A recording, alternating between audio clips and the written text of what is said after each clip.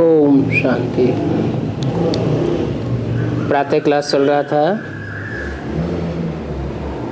8 अगस्त 1968 का, और पहले पेज के अंतिम लाइन में बात चल रही थी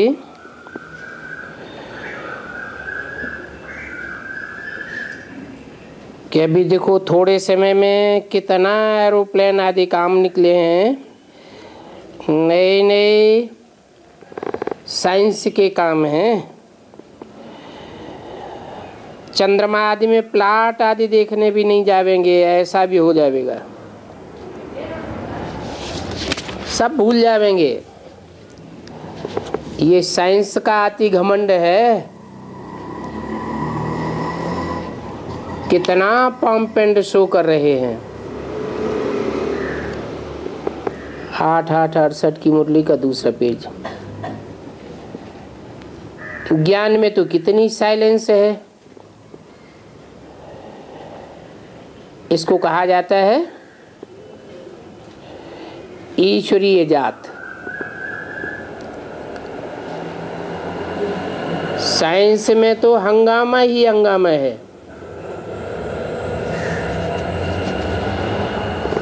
वो साइंस वाले तो शांति को जैसे जानते ही नहीं हैं। तुम समझाते भी हो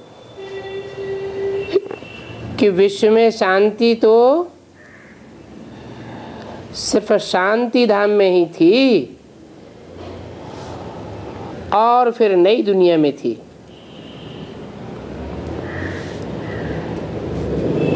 वो नई दुनिया है सुखधाम, और वो है शांति धाम। अभी तो दुखधाम कहेंगे। यहाँ तो दुख और अशांति ही अशांति है।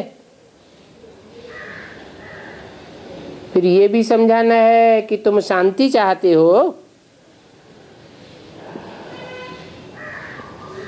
शांति चाहते हो,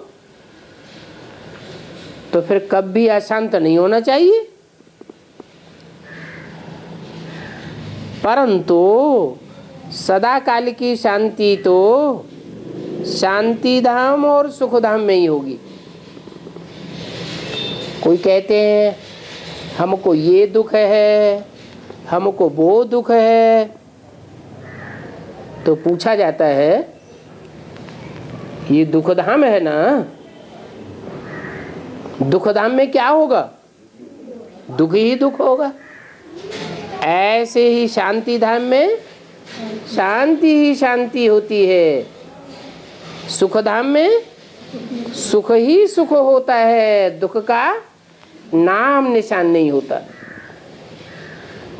वो साइंसदान तो कहेंगे ऐसा कभी होता ही नहीं। क्या ऐसी दुनिया कोई होती ही नहीं कि जहां कभी दुख और अशांति न हो। तो तुम तो समझ जावेंगे कि इन्होंने शांति धाम और सुख धाम का जो अनुभव लेना चाहिए वो कभी लिया ही नहीं है। जिसने रसगुल्ला खाया होगा उसको उसका अनुभव होगा, जिसने कभी खाया ही नहीं तो अनुभव क्या सुनावेगा। हाँ, इतना जरूर कहेंगे कि सुख तो सभी चाहते हैं। ऐसा कोई भी नहीं है जो कहे कि हमें सुख की चाहना नहीं है।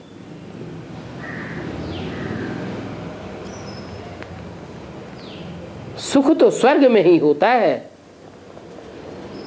सदा काल का सुख स्वर्ग में कहेंगे। भारतवासी भी स्वर्ग वैकुंठ को याद करते हैं। क्रिश्चियंस भी पैराडाइज को याद करते हैं। मुसलमान भी जन्नत को याद करते हैं। याद करते हैं तो जरूर भोगा तो है,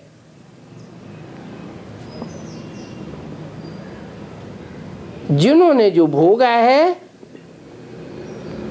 वो याद जरूर आवेगा। जो भारतवासी हैं वो सुखधाम को जरूर याद करेंगे।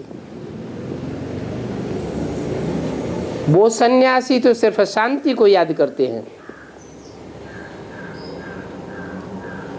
सदा काल के सुख को तो याद कर ही नहीं सकते। वो तो कहते ही हैं स्वर्ग के सुख काग विष्टा समान। ये ला नहीं कहता कि वो सदाकाल के लिए स्वर्ग के सुख भोगे। सुख को तो वास्तव में तुम ही याद करते हो।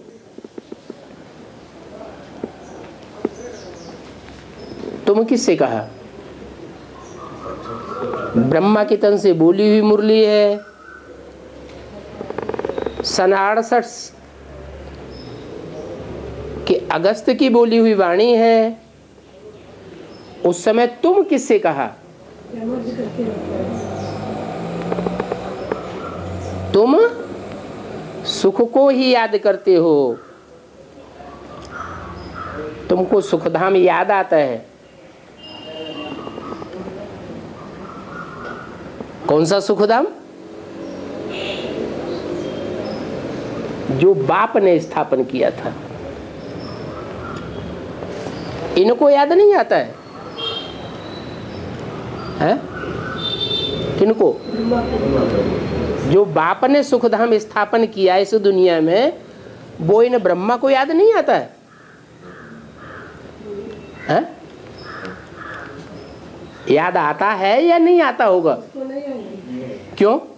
वो तो शरीर छोड़ने वाला है। हाँ, उनका तो शरीर के द्वारा उन्होंने उस सुखधाम का संगम युग में स्वर्णिम सुख का अनुभव किया ही नहीं।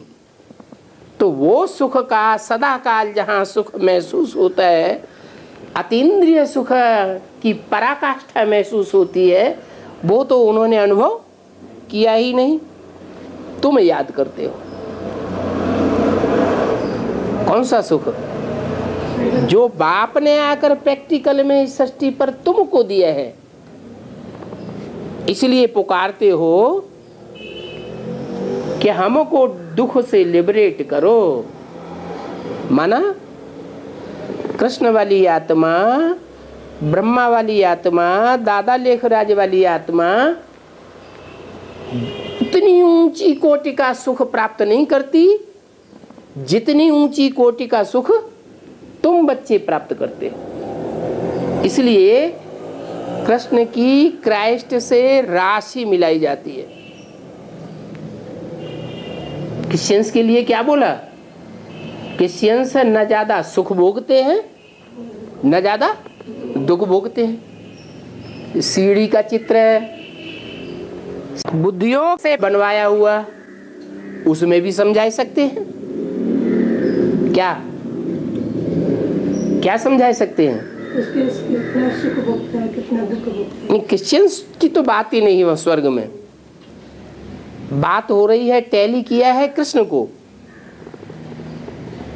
कृष्ण की आत्मा अंतिम 84वें जन्म में आकर के कांटों की शैया पर पड़ी हुई है या खड़ी हुई है? माने अंतिम जन्म में भी उसको इतना दुख नहीं मिलता। कितना? जितना राम वाली आत्मा के लिए भक्ति मार्ग में कांटों के जंगल में दुख दिखाया है। तो राम वाली आत्मा को सूर्यवंशी कहा जाता है और ब्रह्मा की आत्मा को चंद्रमा कहा जाता है। चंद्रमा के जो फॉलोअर हैं वो चंद्रवंशी, सूर्य के फॉलोअर सूर्यवंशी कहे जाते हैं। तो सूर्यवंशी आत्माएं तुम बच्चे हो जो सतयुग के एकदम आदि से आते हो। कृष्ण का जन्म सतयुग में होगा परंतु डायरेक्ट ज्ञान सूर्य से उसका जन्म नहीं होता है। ज्ञान सूर्य वाली आत्मा कौन है? जिसका ज्ञान, जिसकी रोशनी कभी खलास ही नहीं होती। कौन है ना? राम वाली आत्मा की ज्ञान की रोशनी खलास नहीं होती है। हाँ, शिव बाप, बिंदु बिंदु आत्माओं का जो बाप है, उसकी रोशनी ज्ञान की कभी खलास नहीं होती। उसको कहा जाता है सदा शिव। शंकर का चित्र दिखाते हैं ना, तो उसमें जो बीच में नेत्र दिखाते हैं तीसरा, उसका नाम रखते हैं भक्ति मार्ग में सदा शिव। शिव नेत्र। किसका नेत्र? राम नेत्र नहीं कहेंगे, ब्रह्मा नेत्र नहीं कहेंगे, विष्णु नेत्र नहीं कहेंगे, क्या कहेंगे? शिव नेत्र। वो नेत्र सदैव कल्याणकारी है। कभी अकल्याणकारी हो, कभी कल्याणकारी हो, ऐसे नहीं हो सकता। तो जो सदैव रोशनी देने वाला है वो है सूर्य। और उस सूर्य का डायरेक्ट बच्चा पहला प्रजापिता वाली आत्मा, राम वाली आत्मा, राम बाप को कहा जाता है। कृष्ण तो बच्चे का नाम है। माना सत्युग का जो पहला पत्ता होगा वो बाप होगा या बच्चा होगा? बच्चा होगा। उसको जन्म देने वाला कोई बाप भी होगा या नहीं होगा? जरूर होगा। तो बोला तुम हो सूर्यवंशी बच्चे, तुम ऊंचते ऊंच कोटि का सुख भोगते हो।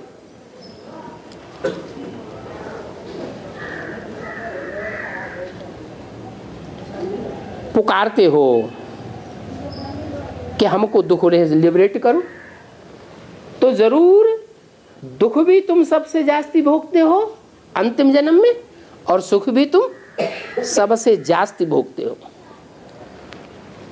कृष्ण वाली आत्मा और कृष्ण के जो फॉलोअर्स हैं वो न ज्यादा दुख भोगते हैं न ज्यादा सुख भोगते हैं। तो तुम आत्मा असल में शांति धाम की रहने वाली हो। ये क्या बात हुई? असल में और नकल में क्या? असल शांति धाम किसे कहेंगे? हाँ, माउंट आबू में जो शांति धाम सृष्टि के अंतिम क्षणों में, अंतिम दिनों में स्थापन होगा, जहां जो भी आत्माएं होंगी वो सब बीज रूप निसंकल्पी स्टेज में होंगी। एक भी आत्मा ऐसी नहीं होगी जो देहभान में स्थिर होने वाली हो, और शरीर भी होंगे उनके। तो ऐसे असल शांति धाम में तुम अनुभव करने वाले हो। इनकी आत्मा, किनकी आत्मा? ब्रह्मा की आत्मा ऐसे असल शांति धाम का अनुभव माउंट आबू में तो रहेगी, रहती है, परंतु ऐसे असल शांति धाम का अनुभव नहीं करती।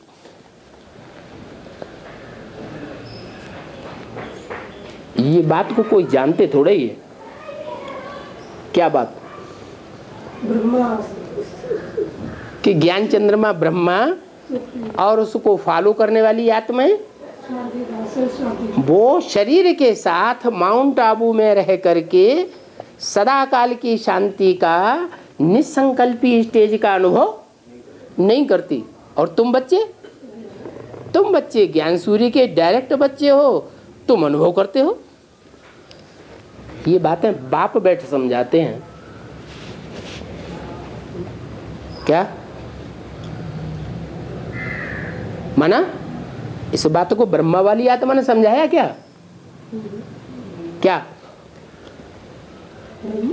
कोई दूसरी आत्मा नहीं समझा सकती? ब्रह्मा कुमार कुमारी इस बात को नहीं समझा सकते, वो तो नाराज हो जाएंगे। ये क्या है? क्या उल्टम पलटा ज्ञान सुनाते हैं? भक्ति मार्ग में जैसे करते हैं ना, राम के फॉलोअर राम को ऊंचा कर देंगे, कृष्ण के फॉलोअर कृष्ण को ऊंचा कर देंगे।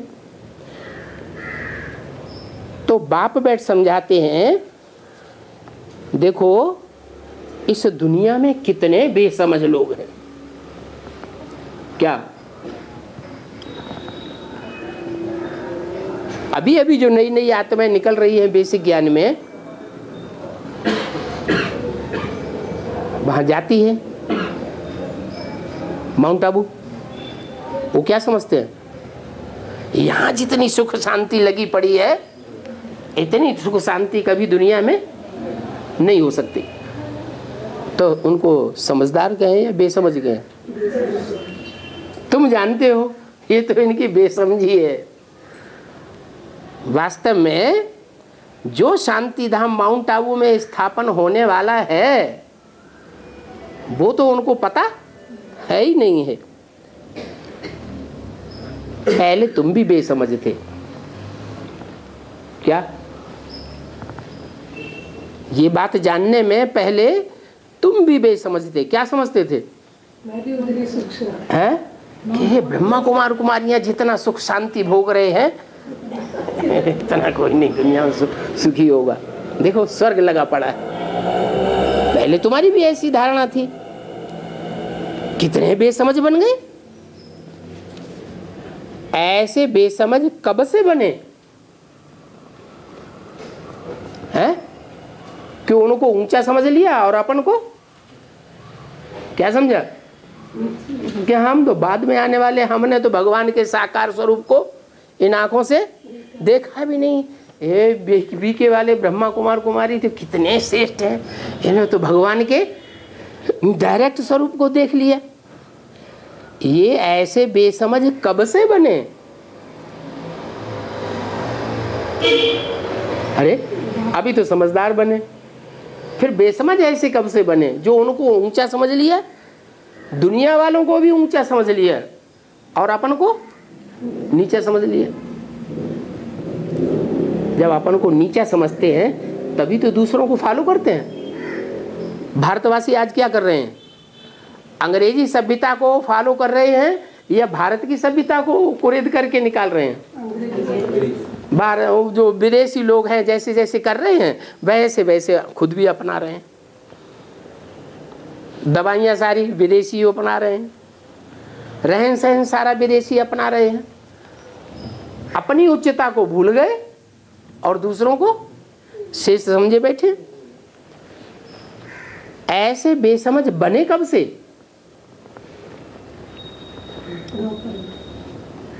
सोलह कला से 14 कला बने, 14 कला से 12 कला बने, फिर 8 कला बने, माने बेसमझ बनते गए ना। इसका कारण क्या हुआ?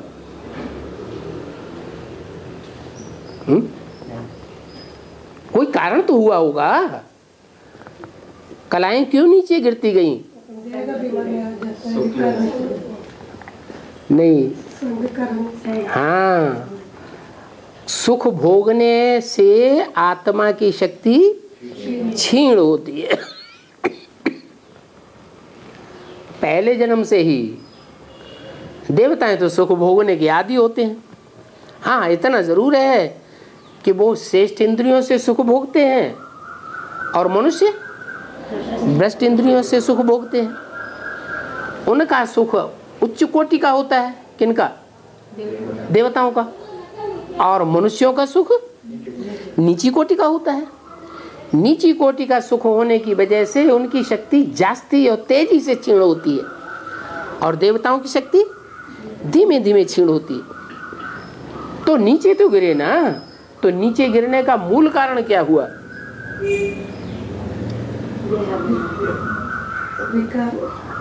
हाँ, जो जो कमजोर आत्माएं हैं वो ऊपर से नीचे उतरती रही और उनके हम ढेर की ढेर उतरने वाली आत्माओं के संसर्ग संपर्क में आते रहे।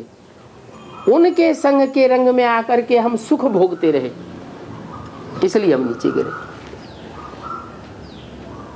तो नीचे गिरने का मूल कारण क्या हुआ? संग का रंग, है संग का रंग। संग का रंग। त्रेता में चांदी जैसी जो भगवान की दृष्टि में कम मूल्यवान आत्माएं हैं, वो ढेर की ढेर उतरी। सतयुग में तो हम सोने जैसे थे। हमारी आत्मा की कास्ट भगवान की दृष्टि में बहुत ऊंची थी, क्योंकि भगवान तो आकर के त्रेता स्थापन करता है? क्या स्थापन करता है? सत्य युग स्थापन करता है। वो है ही सच्चा बादशाह, तो सच्चाई की दुनिया स्थापन करता है। लेकिन त्रेता शुरू होते ही चांदी जैसी आत्माएं ढेर की ढेर उतर पड़ी। कितनी उतरती हैं? 8 करोड़। कहाँ सतयुग के 2 करोड़ और कहाँ त्रेता में 8 करोड़ उतर पड़े। 4 गुनी आत्माएं उतर पड़ी। तो हुजूम का संग लगेगा कि नहीं लगेगा? जरूर लगेगा। अभी देखो तुम्हारे अंदर कोई कला नहीं रही है, कलाहीन हो गए। अभी तुम जानते हो कि चारों तरफ मौत ही मौत लगा पड़ा है। क्या ऐसे नहीं कि घर से बाहर निकलेंगे तो सड़क पे जा रही है गाड़ी तो वहीं मौत है। बाहर निकले, गाड़ी आई और खलास कर गई, चढ़ गई ऊपर, तो मौत सड़क पर है। दरवाजे के बाहर निकले, वही मौत है। नहीं, घर के अंदर भी मौत है। चारों तरफ मौत ही मौत। वो तो शांति के लिए कॉन्फ्रेंस करते रहते हैं। कौन? हाँ, बीके वाले? दुनिया वाले भी कॉन्फ्रेंस करते रहते हैं। उन्हें पता ही नहीं है कि हमारी कॉन्फ्रेंस करने से कोई सुख शांति दुनिया में आने वाली नहीं है। हम जानते हैं कि कॉन्फ्रेंस करने से दुनिया में सुख शांति नहीं आ सकती। सुख शांति लाने वाला तो एक ही परमपिता परमात्मा है।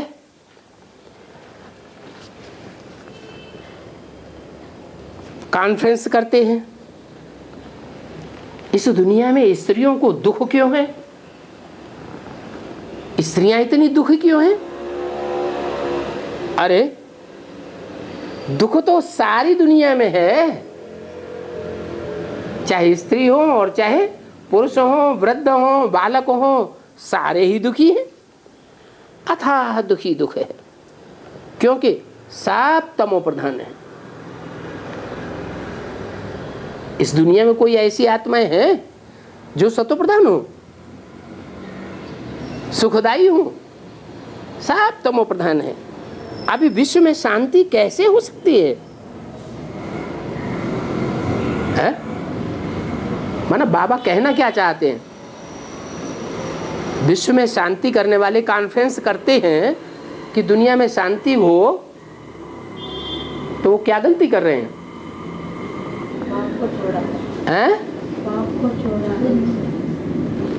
वो ये नहीं समझते हैं कि दुनिया की आबादी जैसे जैसे बढ़ती जाएगी तो आबादी बढ़ने से अशांति होगी या शांति होगी? पॉपुलेशन बढ़ती जाएगी तो अशांति भी बढ़ती जाएगी। ढेर के ढेर धर्म हो गए तो सब धर्म वाले आपस में लड़ेंगे झगड़ेंगे या नहीं लड़ेंगे झगड़ेंगे?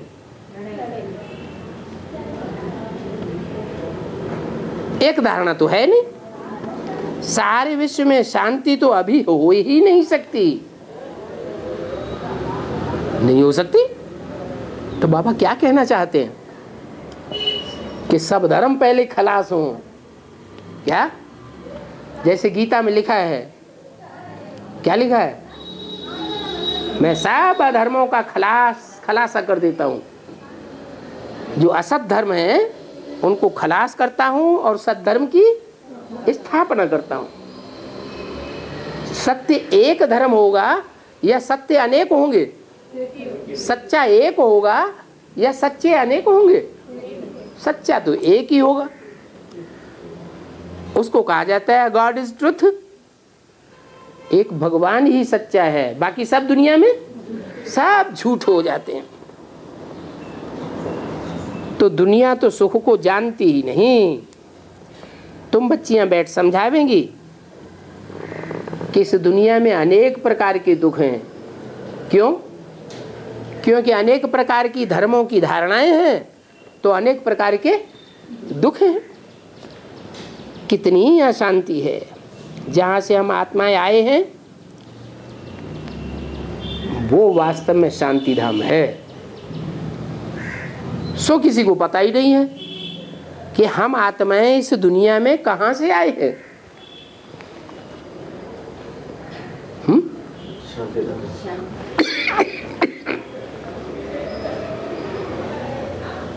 अच्छा, नई दुनिया जब स्थापन हुई थी, एकदम नई दुनिया की शुरुआत में, आदि में,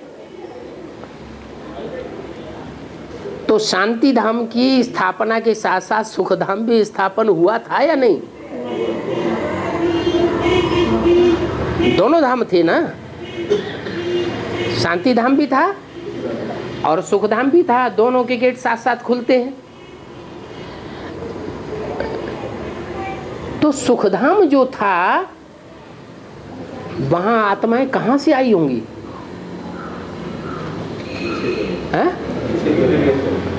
कहां से? इसी दुनिया से ही आई।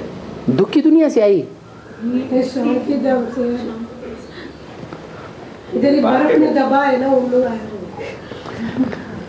एकदम नई सृष्टि के आदि में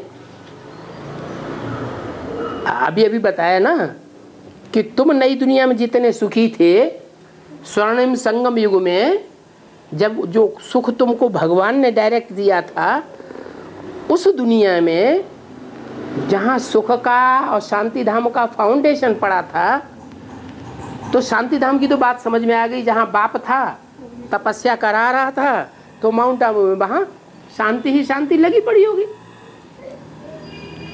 अभी भी बच्चे अनुभव करते हैं क्या कि बाबा का फोन भी आ जाता है तो हम सब भूल जाते हैं। ऐसे निसंकल्पी क्यों हो जाते हैं? खुशी आ जाती है, दुनिया सारी दुख की भूल जाती है।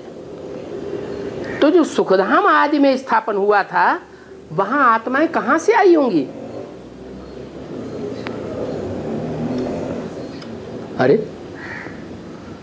अरे कहीं से आई होंगी कि नहीं आई होंगी? कहां से आई होंगी? शांति धाम से आई होंगी। माने आत्माओं की तो लोक से आई होंगी। हैं? असल शांति धाम से आई होंगी। असल शांति धाम पहले होगा नकल शांति धाम पहले होगा? पहले कौन सा धाम होगा?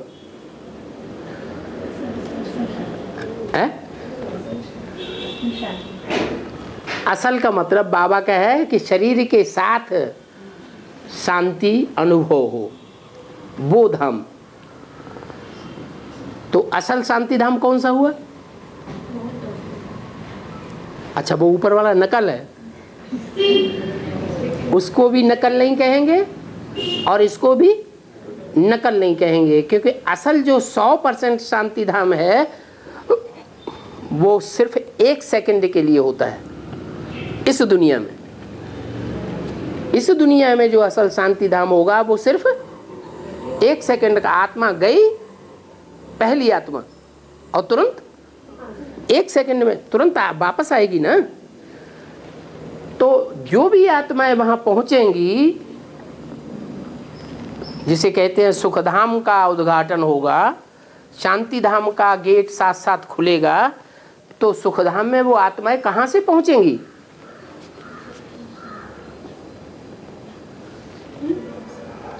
शांति धाम से सारी आत्माएं शरीर छोड़ करके पहुंचेंगी, या शरीर पहुंचेंगी, शरीर के साथ पहुंचेंगी, शरीर के साथ ही पहुंचेंगी सुखधाम में, और शरीर के साथ ही पहुंचेंगी शांति धाम में। कौन से शांति धाम में? जिस शांति धाम के लिए मुरली में बोला है तुम बच्चे परम धाम को भी इस सृष्टि पर उतार लेंगे। तो पहले पहले कौन सा किस स्थान से आत्माएं आएंगी सुखधाम में?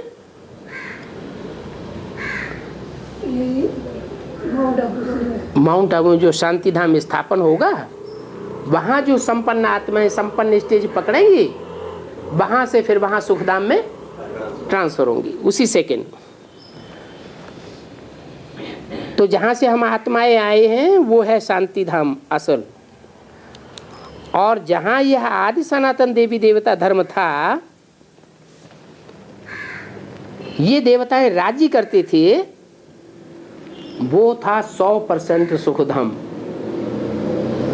यह देवताएं जहां राज्य करते थे, किसकी तरफ इशारा किया?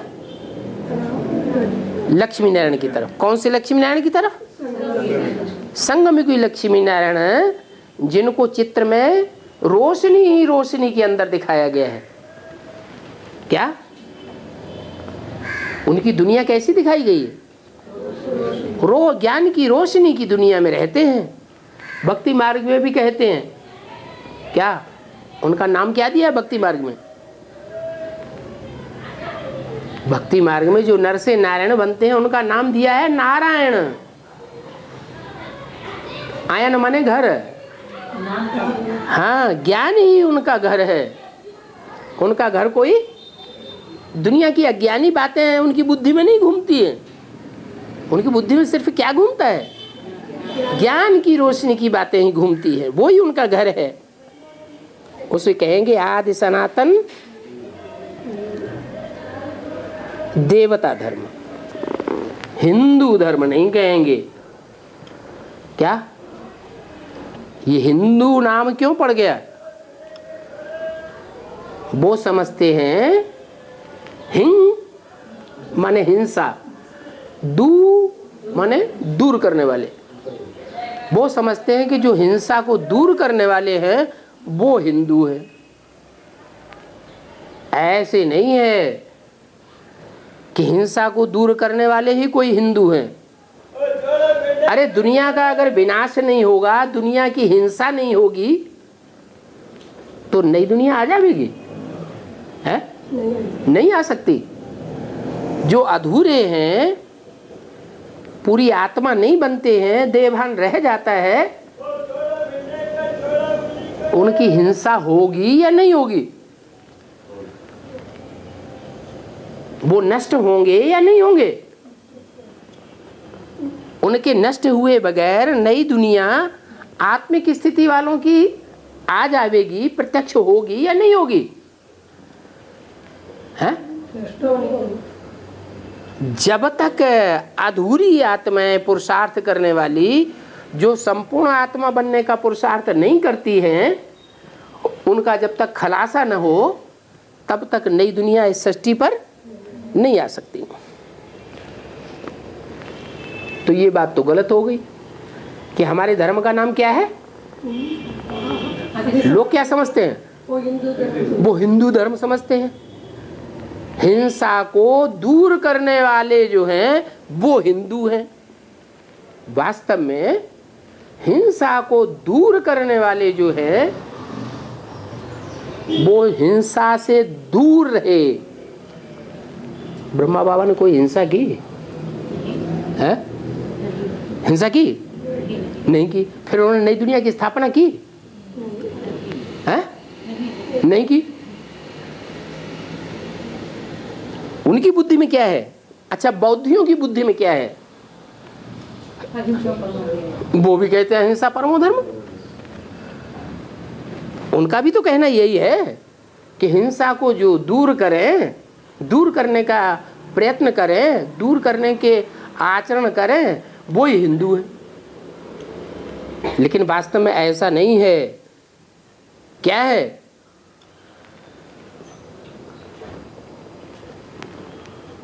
राजा का धर्म क्या है? जो हिंसा करने वाले हैं उनको नष्ट करना चाहिए या उनका परिवर्धन करना चाहिए? नष्ट करना चाहिए। ये तो बौद्धियों ने सिखाया है कि मुसलमानों ने आक्रमण किया, बीवी बाल बच्चे बहन और बेटी को उठा के ले गए, अहिंसा परमो धर्म। ये कोई अहिंसा परमो धर्म नहीं है। अहिंसा, जो हिंसा नहीं करनी है, किसकी नहीं करनी है? अच्छे की या बुरे की? है? जो 100% अच्छे हैं उनकी हिंसा नहीं करनी है। ये कुत्ते की पूंछ है, कुत्ते की पूंछ 12 वर्ष जमीन में गाड़ दो डंडे में बांध करके, 12 वर्ष के बाद निकालेंगे तो भी कैसी निकलेगी? तो भी टेढ़ी। जो कभी संपन्न बनने ही नहीं है, जो आत्माएं 16 कला संपूर्ण बनती ही नहीं है, तो उनकी हिंसा होनी चाहिए या नहीं होनी चाहिए? अगर उनकी हिंसा नहीं होगी, उनका विनाश नहीं होगा, तो नई दुनिया कभी भी प्रत्यक्ष नहीं हो सकती। तो बोला आदि माने प्राचीन। क्या? एक होता है अर्वाचीन,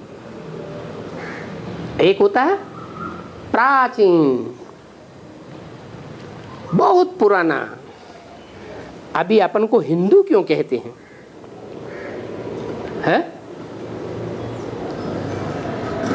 इंडिया में रहते हैं इसलिए अपन को हिंदू क्यों कहते हैं? हिंसाम धूयते, हिंसा को दूर करने वाले हैं। क्यों कहते हैं?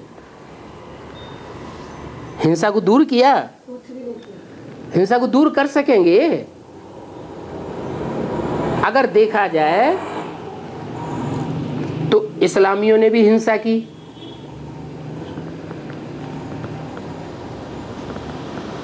बौद्धियों ने भी हिंसा की। कैसे? जो बीवी बाल बच्चे उनके शरण में पहुंचे, उनकी सुरक्षा नहीं की, तो उनके दिल पे क्या बीतेगी? हैं?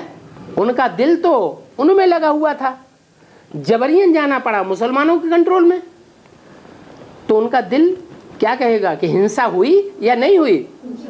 हिंसा हुई। बौद्धियों ने भी अहिंसा नहीं की वास्तव में। और क्रिश्चियंस तो हैं ही बहुत चालाक, ऊपर से दिखाएंगे हम बड़े अच्छे हैं, बड़े सभ्य हैं, और अंदर से काट देंगे, पीछे से काटेंगे। तो महाहिंसक हो गए, एटम बम बना देते हैं। एटम बम के जोर से सारी दुनिया को कंट्रोल किए बैठे। लोग समझते हैं अमेरिका में बड़ा स्वर्ग लगा पड़ा है, उनके दिलों के अंदर एकदम कालिमा भरी पड़ी है। तो वो कोई भी धर्म ऐसे नहीं है जो असली हिंसा को दूर कर सके। कहते हैं हम हिंदू हैं, वास्तव में भगवान ने जो धर्म स्थापन किया था वो हिंदू धर्म स्थापन नहीं किया था। कौन सा धर्म स्थापन किया था? हिंसा को दूर करने वाला धर्म स्थापन नहीं किया था। भगवान आया तो जितने भी हिंसा करने वाले थोड़े भी थे, थोड़ी भी हिंसा जिनके अंदर समाई हुई थी, हिंसा का भाव, उन सब को नष्ट कर दिया। भगवान का नारा क्या है? भगवान जब आता है तो जो सच्चे ब्राह्मण हैं उनको क्या नारा देता है? बाहुबल से विनाश और आत्मिक बल से स्थापना। बाहुबल दिखाएंगे, विनाश जरूर होगा। अगर स्थापना का काम करना है, कंस्ट्रक्शन करना है, डिस्ट्रक्शन नहीं करना है, तो क्या करना पड़े? हैं? हाँ, योग बल अप्लाई करो, वाइब्रेशन ऐसा बना दो जो शेर और गाय दोनों, शेर और बकरी एक घाट पानी पिए। वाइब्रेशन तो ऐसा बना नहीं सकते, किसी के मन को बदल नहीं सकते, दिल को बदल नहीं सकते। हाथ पांव चला दिया, एटम बम फाड़ दिए और आतंक फैला दिया। तो ये कोई हिंदू धर्म नहीं है। क्यों हिंदू धर्म कहते हैं? क्योंकि धर्म भ्रष्ट हैं। क्या? उनकी धारणा भ्रष्ट धारणा है। क्या धारणा है? धारणा में भ्रष्ट बात क्या है?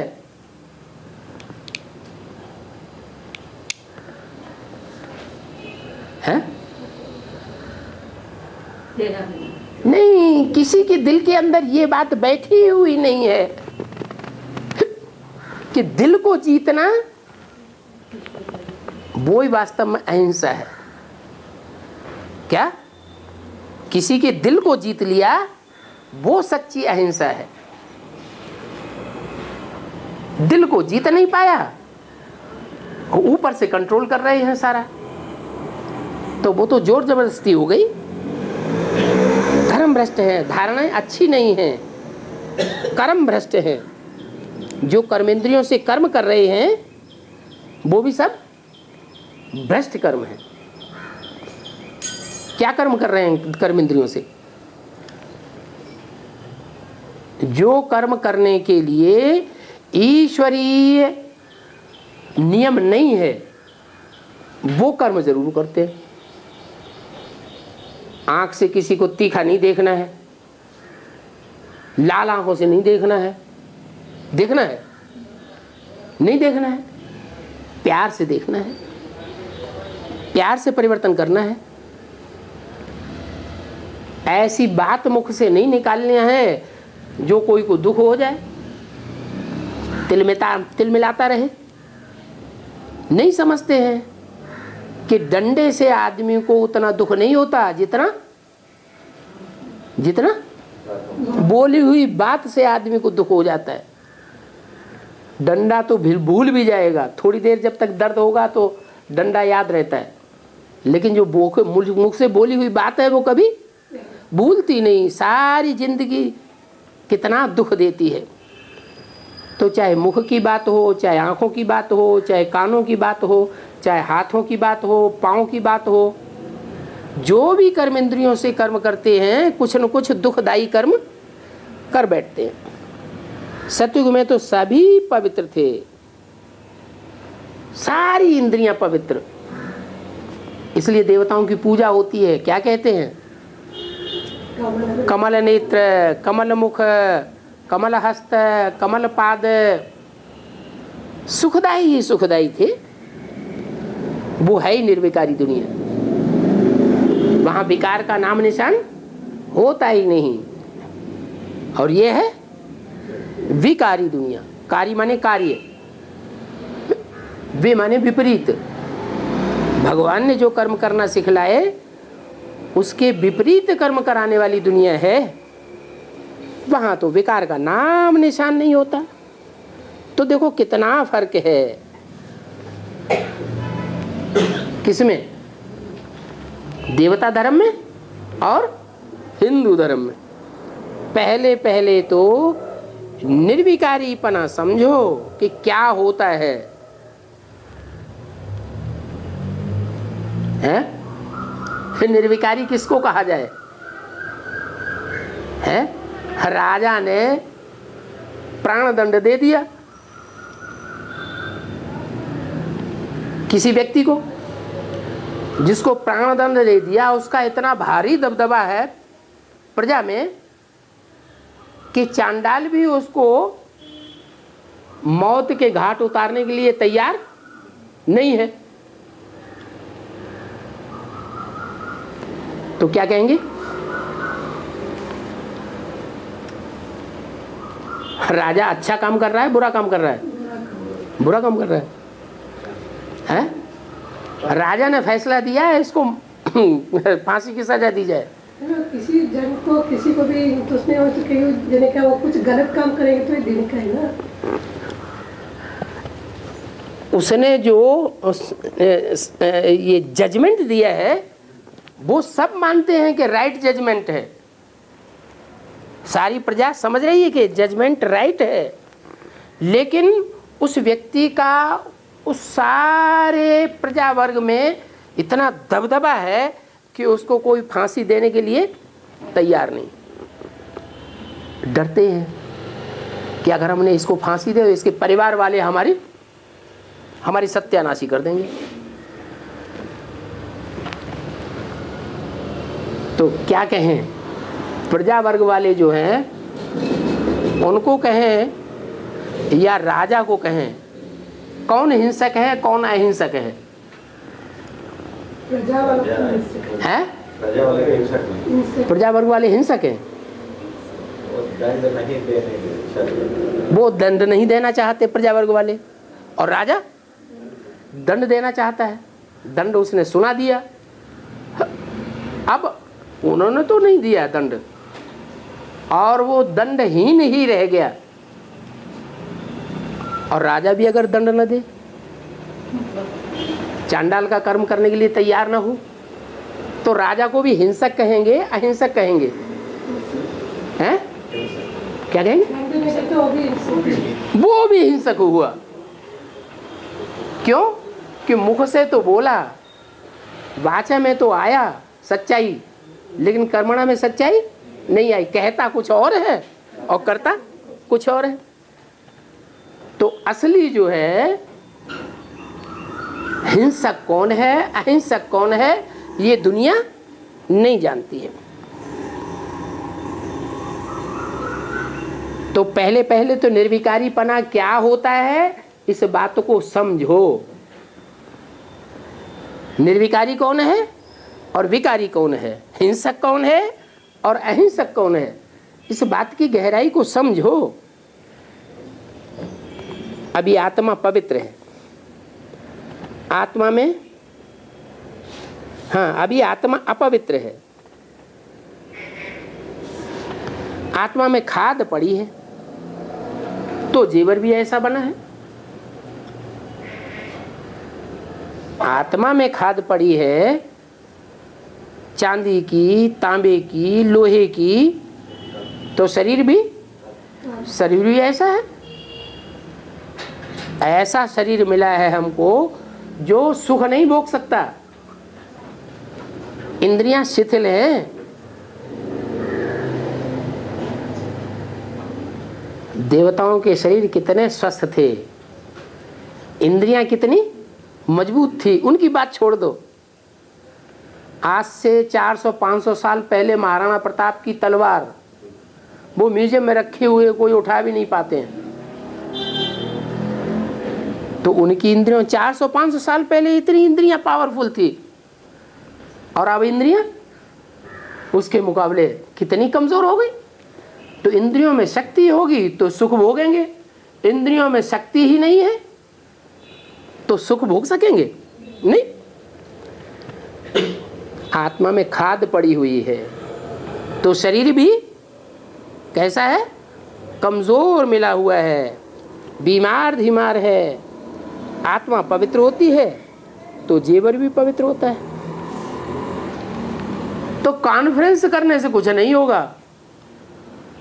कॉन्फ्रेंस करने से शांति की और सुख की दुनिया नहीं बन जाएगी। कैसे बनेगी? हैं?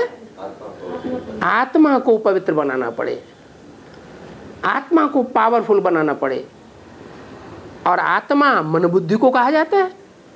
मन बुद्धि पावरफुल तभी बनेगी जबकि मन को एकाग्र करना सीखा जाए। मन तो इतना चंचल बन गया है, जैसे बंदर की चितवन होती है, ऐसे मन कभी एक जगह एक सेकंड भी नहीं ठहरना चाहता।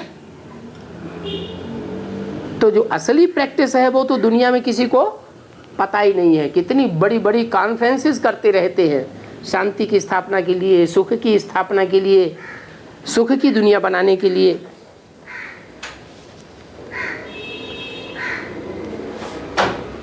पवित्र आत्मा तब होगी जब आत्मा को पवित्र करने के लिए आत्मा का परिचय मिले। वो परिचय सिवाय परमपिता परमात्मा के कोई दे ही नहीं सकता। बाप ही आते हैं तो हमें आत्मा का और आत्माओं के बाप का परिचय देते हैं, तब वाइसलेस वर्ल्ड बनती है। बड़ का मिसाल भी तुम दे सकते हो। क्या बड़ में क्या खासियत होती है? उसका नाम बड़ क्यों रखा गया है? कि दुनिया में वो ही एक ऐसा वृक्ष है, उसी का ऐसा बीज है जो होता तो बहुत छोटा है लेकिन उसका वृक्ष बहुत विशाल बनता है। ये बड़ का झाड़ है, मिसाल है जिसमें सारा झाड़ खड़ा हुआ है परंतु फाउंडेशन है ही नहीं। माना ऊपर ऊपर फाउंडेशन कहीं भी दिखाई नहीं पड़ती, तना भी नहीं, ऊपर ऊपर खोदा जाए तो जड़ें भी नहीं दिखाई पड़ती। तो क्या ये कहें कि आदि सनातन देवी देवता धर्म पूरा लोप हो गया? आदि सनातन देवी देवता धर्म जो सारी दुनिया का फाउंडेशन है, सूर्यवंश, वो लोप हो गया है? लोप नहीं हो गया। हम रिसर्च करें तो आज भी भारतवर्ष में ऐसे परिवार मिलेंगे जहां 60-60, 70-70 लोगों का खाना एक ही चूल्हे पे बनता है, एक ही कंट्रोलर है,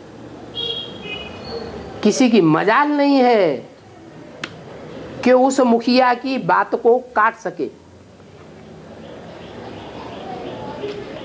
ऐसा था हमारा देवी देवता सनातन धर्म।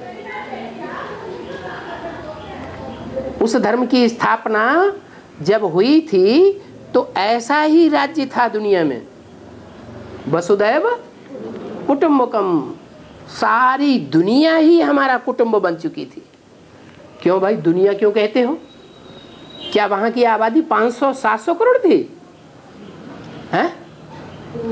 500-700 करोड़ आबादी भले नहीं थी, लेकिन 500-700 करोड़ जो भी मनुष्य आत्माएं हैं, जिस कैटेगरी की, हर कैटेगरी की आत्माओं के बीज उस दुनिया में मौजूद थे। ऐसी एक भी आत्मा नहीं थी जिसके अंदर संसार न समाया हुआ हो। जो बाबा मुरली में कहते हैं, एक एक सितारे में एक एक दुनिया समाई हुई है। तो वो बात पढ़ कर के शास्त्रों में उन्होंने मंगल ग्रह पर, चंद्रमा पर चक्कर लगाना शुरू कर दिए। वास्तव में वो तो जड़ ग्रह हैं, उनके ऊपर कोई सृष्टि होने का सवाल ही नहीं। सृष्टि वही हो सकती है जहां सूर्य से नपी तुली दूरी हो। जैसे पृथ्वी है, पृथ्वी पर नॉर्थ पोल और साउथ पोल सूर्य की किरणें तिरछी पड़ती हैं, तो दूरी बढ़ेगी या घटेगी? पृथ्वी पर सामने किरणें पड़ती हैं तो दूरी बढ़ेगी या घटेगी? पृथ्वी तो गोल है ना, गोल पृथ्वी पर सूर्य की किरणें सामने पड़ती हैं, पृथ्वी के बीचों बीच विषुवत रेखा पर, तो वहां दूरी कम होगी या ज्यादा है? दूरी कम है। और नॉर्थ पोल पर दूरी बढ़ जाती है, साउथ पोल पर दूरी बढ़ जाती है। तो जहां इतना अंतर है, थोड़ा सा एक ही ग्रह के ऊपर, पृथ्वी ग्रह के ऊपर, कि थोड़ी सी दूरी बढ़ गई सूर्य की, तो वहां कोई भी जीव जंतु होता ही नहीं। एक्जैक्ट दूरी जहां पर है, विषुवत रेखा और कर्क रेखा, मकर रेखा तक, वहीं जीव जंतु मिलेंगे। पृथ्वी पर भी दूसरी जगह जीव जंतु नहीं मिलते। तो जो और ग्रह उपग्रह हैं वो तो कितने दूर हैं या कितने पास हैं, किसके? सूरज के। तो वहां तो जीवन होने का सवाल हो ही नहीं सकता। तो उन्होंने तो भारतीय ग्रंथों को, भारतीय के शास्त्रों को पढ़ पढ़ करके उल्टा ज्ञान उठा लिया। क्या? कि ग्रह उपग्रहों पर जीवन है। उन ग्रह उपग्रहों की बात नहीं है, वो आसमान के जड़ सितारे हैं। तुम बच्चे हो आसमान के सितारे नहीं, तुम हो धरती के चैतन्य सितारे। तुम सितारों में ऐसे ऐसे सितारे हैं, आत्मा रूपी सितारे, जिन एक एक सितारे में पूरी दुनिया जैसे बसी हुई है। जैसे अष्टदेव कहे जाते हैं, दक्षिण भारत में अष्टदेवों के मंदिर होते हैं, पूजा होती है। उत्तर भारत में भी मान्यता है, जो कोई भी अनुष्ठान होगा, शादी होगा, यज्ञोपवीत होगा, तो अष्ट देवों की पूजा जरूर करेंगे, नवग्रहों की। जब तक उनकी पूजा ना हो जाए अनुष्ठान पूरा नहीं माना जाता। क्यों महत्व देते हैं उनको इतना? क्योंकि वो आसमान के ग्रह की बात नहीं है।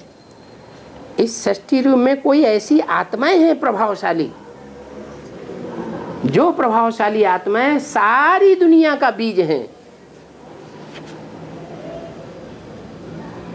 जो भी बड़े बड़े धर्म फैले हुए हैं दुनिया में, आज क्रिश्चियंस की आबादी 150 पौने 200 करोड़ से भी ऊपर है। किसी धर्म की फॉलोअर्स की इतनी आबादी नहीं है। तो उसका जो बीज है वो तो लोग समझते हैं कि 2000 साल पहले क्राइस्ट आया। नहीं, ऐसे नहीं कि क्रिश्चियन धर्म का जो बीज है वो 2000 साल पहले ही था। नहीं, वो जो क्राइस्ट आता है वो तो किसी में प्रवेश करता है। जिस इसमें पहले वो एक सामान्य व्यक्ति था, जब ऊपर से सोल प्रवेश करती है तो नजारा दिखाती है नई आत्मा। तो जो पहले से व्यक्ति था वो सतयुग त्रेता की सृष्टि में, रामकृष्ण की दुनिया में सुख भोगने वाला देवता है, लेकिन संपूर्ण देवता नहीं है, अधूरा देवता है। उसका भी कोई बीज है जो सतयुग के आदि से ही सृष्टि पर मौजूद था। वो सृष्टि के आदि वाली आत्मा जो बीज रूप आत्मा है, अपने को बीज रूप निराकारी स्टेज में स्थिर कर लेती है।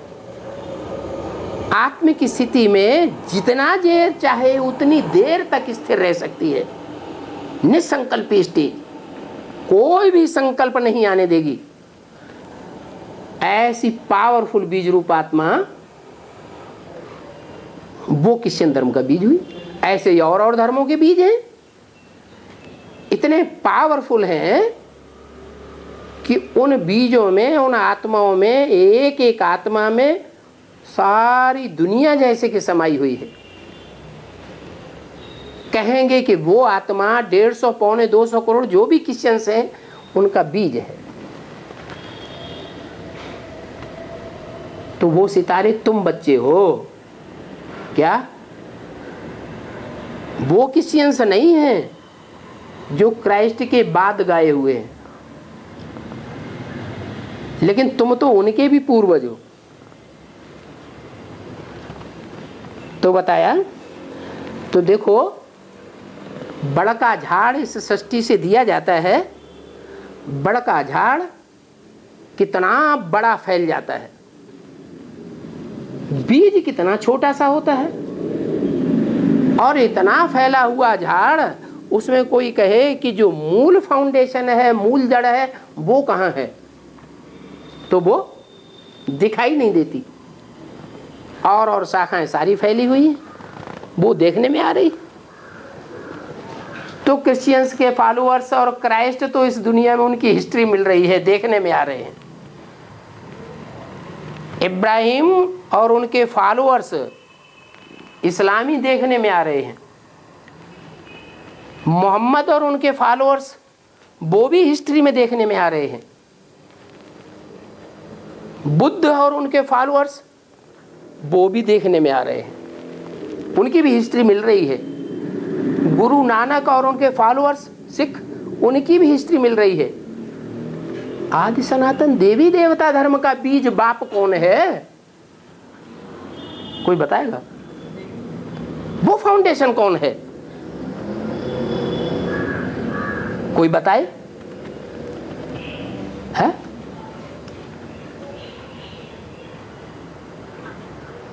वो ज्ञान चंद्रमा ब्रह्मा जिसको कृष्ण की आत्मा कहा जा रहा है, कहते हैं,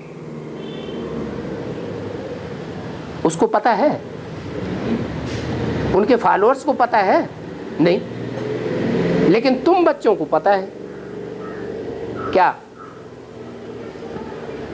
क्या पता है ना? वो है कौन? सनत कुमार नाम तो वो शास्त्रों की बात हो गई, लेकिन वो सनत कुमार जिसके द्वारा सनातन धर्म स्थापन हुआ, जैसे कहते हैं क्राइस्ट, जिसके द्वारा क्रिश्चियन धर्म, जैसे कहते हैं बुद्ध, जिसके द्वारा बौद्ध धर्म, जैसे कहते हैं मोहम्मद, जिसके द्वारा मुस्लिम धर्म। धर्म पिता के नाम पर धर्म का नाम पड़ता है।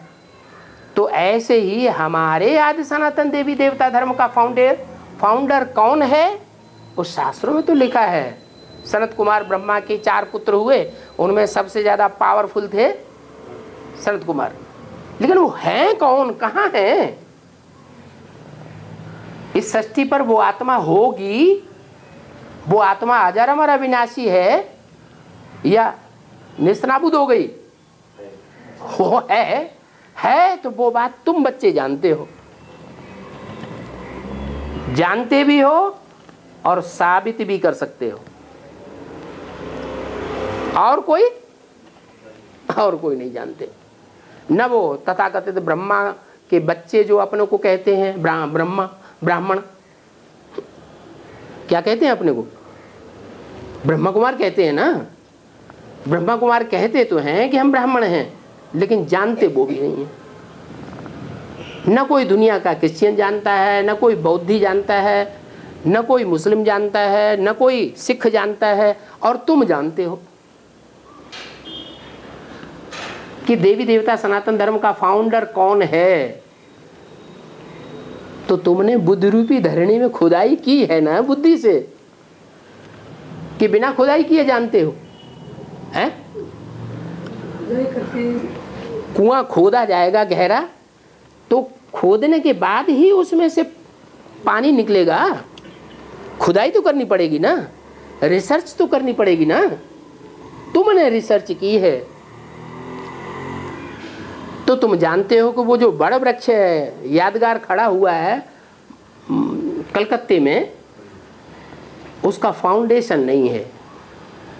ऊपर की आंखों से दृष्टि से देखेंगे तो फाउंडेशन दिखाई नहीं पड़ रहा है, लेकिन हमारी बुद्धि में तो आ गया क्या कि जहां ज्यादा ज्ञान जल होगा गहराई में खोदने पर, वहां उसकी जड़ असली मिल जाएगी। तो यहां भी ये जो ज्ञान है, ये बुद्ध रूपी धरणी की खुदाई की जाती है, रिसर्च की जाती है ज्ञान की। तो जो भी रिसर्च करेगा, 7 दिन का कोर्स लेगा, उसकी बुद्धि में वो फाउंडेशन, वो तीसरे नेत्र से देखने में जरूर आ जाएगा।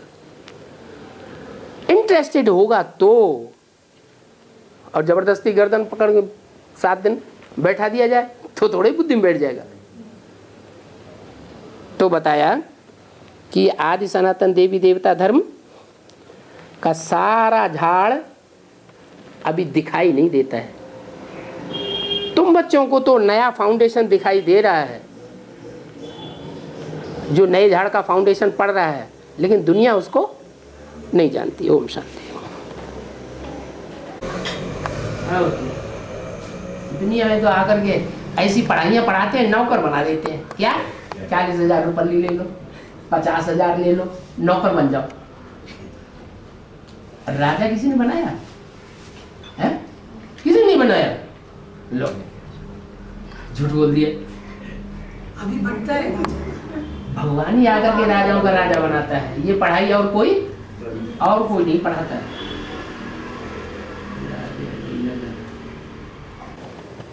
अच्छा,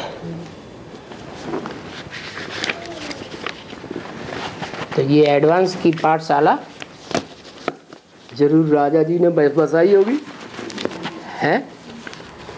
जैसे कहते हैं ना अहमदनगर, तो किसका बसाया हुआ वो? है? अहमद शाह अब्दाली कोई राजा हुआ। जैसे औरंगाबाद, तो किसका आबाद किया हुआ है? औरंगजेब ने आबाद किया होगा। तो ऐसे ही इसका नाम क्या हुआ? राजा जी नगर।